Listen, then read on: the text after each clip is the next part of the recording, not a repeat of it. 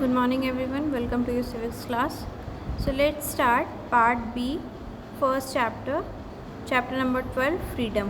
ये आपका part B से है. ओके 11 चैप्टर आप कट कर दीजिए. 11 चैप्टर आपके कोर्स पे नहीं है, उसको कट डाउन कर लीजिए. 12th chapter freedom, the idol of freedom. So freedom क्या होती है आप सबको पता है. And what are the idols of freedom. let's start the chapter. While concepts of freedom are many and varied, the ideal of freedom itself is one which awakens a response in every human being. Such a universal innate response, however, initiates an unconscious point of the fundamental fact. So जो freedom है, जो ideal of freedom है, वो freedom हमारे fundamental जो rights हमें मिले हैं उसमें आती है, और इसके कुछ आइडियाज़ भी सेट किए गए हैं. Like first was Gandhiji in South Africa. Gandhiji was 24 when he arrived in South Africa to work as a legal representative of Muslim Indian traders based on the city of Pretoria.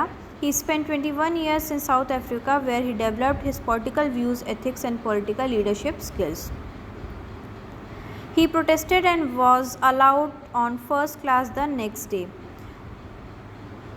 Traveling further on by stagecoach, he was beaten by a driver for refusing to move to make room for a European passenger. He suffered others hardship on the journey as well, including being barren from several hotels.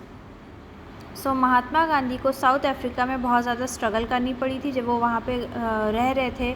He spent almost 21 years in south Africa, और वहाँ पे उनको बहुत ज़्यादा struggle face करनी पड़ रही थी ड्यू टू देयर ओरिजिन, क्योंकि वो एक इंडियन थे, और due to their skin colour. After this Nelson Mandela and apartheid. Apartheid meaning क्या होती है. ये वहाँ के साउथ अफ्रीका के गवर्नमेंट की एक ऑफिशियल पॉलिसी थी जिसमें डिफरेंट रेसेस के लोगों को एक दूसरे से अलग रहने को बोला जाता था, एक दूसरे के साथ वो नहीं रह सकते थे. Nelson Mandela was a dominant figure in the South African liberalization movement, burning his pass as a peaceful protest. The 20th century in South Africa is something that unfortunately cannot be looked at with pride because of the practice of apartheid. So South Africa में जो apartheid की जो practice की जा रही थी उसको Nelson Mandela ने ही अपनी hardship and struggle के through उसको change किया.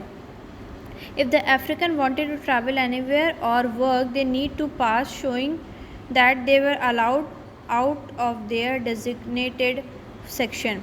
If found without their pass or traveling outside in a regulated boundaries, they are arrested and put in jail for a minimum of 30 days.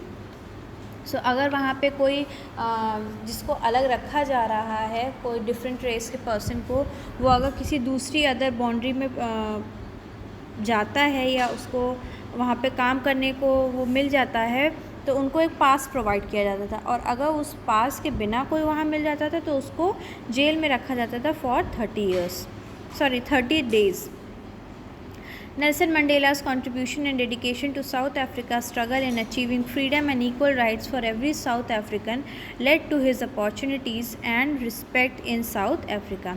So Nelson Mandela ने अपना बहुत ज़्यादा contribution दी और dedication दी कि लोगों को वहाँ पे freedom मिले और equal rights सबको मिले, each and every person को, whether they are black or white.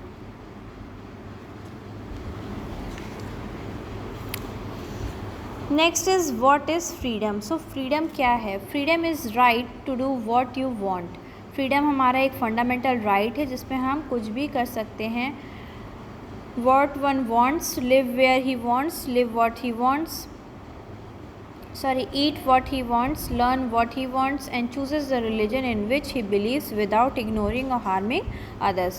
Freedom means जहाँ हम रहना चाहें, जो हम खाना चाहें, जो हम पढ़ना चाहें, जो हम करियर चूज़ करना चाहें, जो हम रिलीजन चूज़ करना चाहें, वो सब कुछ हम कर सकते हैं, लेकिन हम किसी को ऐसी चीज़ ना करें कि उससे किसी को हार्म हो.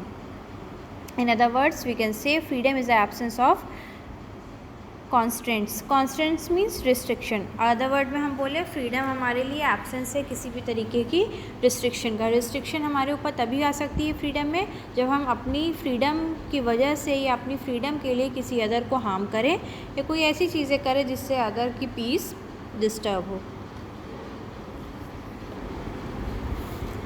Sources of constants means something that limits you और रिस्ट्रिक्शंस। एक्सटर्नल कंट्रोल होते हैं और सोशल इनइक्वालिटी होती है। रिस्ट्रिक्शंस दो टाइप्स की होती है, external control and social inequality. What are external control? Such restrictions may be imposed by force or they may be imposed by a government through laws which empowers the rule over the people। External control वो होते हैं जिसमें किसी तरीके से forcefully आपको कोई काम करने को बोला जाए, फोर्सफुली किसी भी तरीके की रिस्ट्रिक्शन लगाई जाए। ये ज़्यादातर गवर्नमेंट के थ्रू और डिफरेंट लॉज एंड रेगुलेशंस के थ्रू होती हैं over the people. For instance apartheid in south Africa, जैसे कि अपार्थेड सिस्टम था साउथ अफ्रीका में जहाँ पे अलग अलग रेसेस के लोगों को अलग अलग रहने को बोला जाता था by the government official policy कि ब्लैक और वाइट एक साथ नहीं रह सकते हैं या रिच और पुअर एक साथ नहीं रह सकते हैं, एक सोसाइटी में नहीं रह सकते, उनको अलग अलग रहना होगा।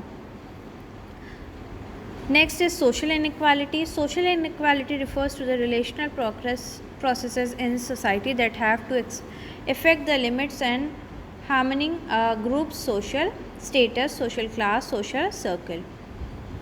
सोशल इनइक्वालिटी की वजह से भी कई जगह रिस्ट्रिक्शंस लगाई जाती हैं। Then why do we need constants? हमें इनकी ज़रूरत क्यों है? Having freedom does not mean freedom to behave in a irresponsible or uncalled for manner।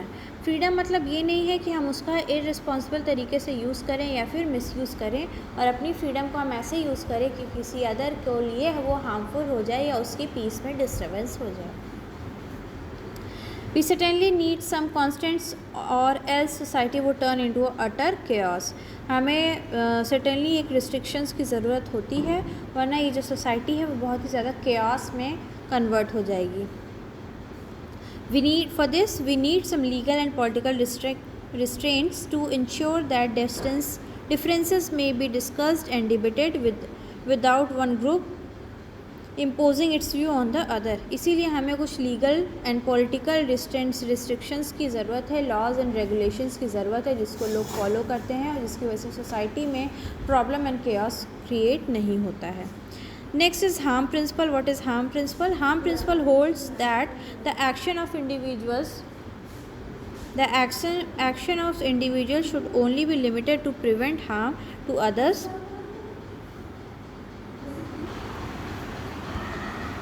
Next is negative and positive liberty। So first of all, liberty होती क्या है? Word liberty has been derived from the Latin word liber, which means absence of restraints or restriction or complete freedom. Hence, it means freedom of an individual to do whatever he likes. So liberty means freedom. So what are the negative and positive liberty? किसी भी चीज़ की positive और negative दोनों चीज़ें होती हैं। सो liberty की positive और निगेटिव एस्पेक्ट्स क्या हैं? इन political theory these have been called negative and positive liberty। Now let's discuss in detail। In its negative form, liberty means freedom from all restrictions। Individuals should have the right to do whatever he likes। It is concerned with explaining the idea of freedom from the laws of the state which not be binding of an individual। Every law limits the liberty of an individual। So liberty means कि किसी भी तरीके की restriction ना हो, कोई भी person कोई भी लॉ या रूल को ना माने और गवर्नमेंट की किसी भी ऑर्डर को फॉलो ना करे, वो उसके पास कंप्लीट फ्रीडम हो। That is the negative aspect of liberty. The negative form of liberty can be briefly explained as follows. और कुछ थिंकर्स ने, जो सोशल थिंकर्स हैं, उन्होंने लिबर्टी की नेगेटिव एस्पेक्ट ऑफ लिबर्टी की डिफरेंट डेफिनेशंस भी दी हैं। कुछ some of the negative form of liberty are as follows. Liberty is the absence of restriction. Individuals' freedom is reduced with the growth of state activities. That government is the best which governs the least. Open competition is the best means of development. The protection policy of the government is not right. Next is positive aspect of liberty. Positive aspect क्या है liberty का? Absence of unrestricted restraints are termed as liberty. The positive liberty is concerned with explaining the idea of freedom. 2. They are response to the answer who governs me, to which the ideal answer is I govern myself. So next page पे आप देखेंगे difference between negative and positive aspects दिए हुए हैं. Negative points there are given 5 negative points and 5 positive aspects of liberty. So go through it and learn it. It is very important. Next is freedom of expression.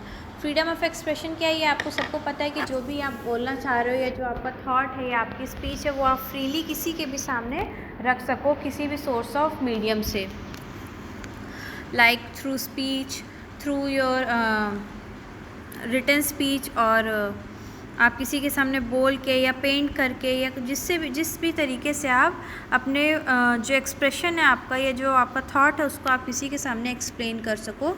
That is freedom of expression. Freedom of speech and expression as one of the main freedom of its citizen. In landmark judgment of the case Menka Gandhi versus Union of India, the Supreme Court held that the freedom of speech and expression has to geographical limitation and it carries with the right of citizen to gather information and to exchange through with others not only in India but abroad also. Then यहाँ पे आप नीचे एक grey column है उसमें आप देख रहे होंगे कुछ J.S. मिल हैं जिनकी फ्रीडम ऑफ एक्सप्रेशन के ऊपर कुछ पॉइंट्स हैं. गो थ्रू इट.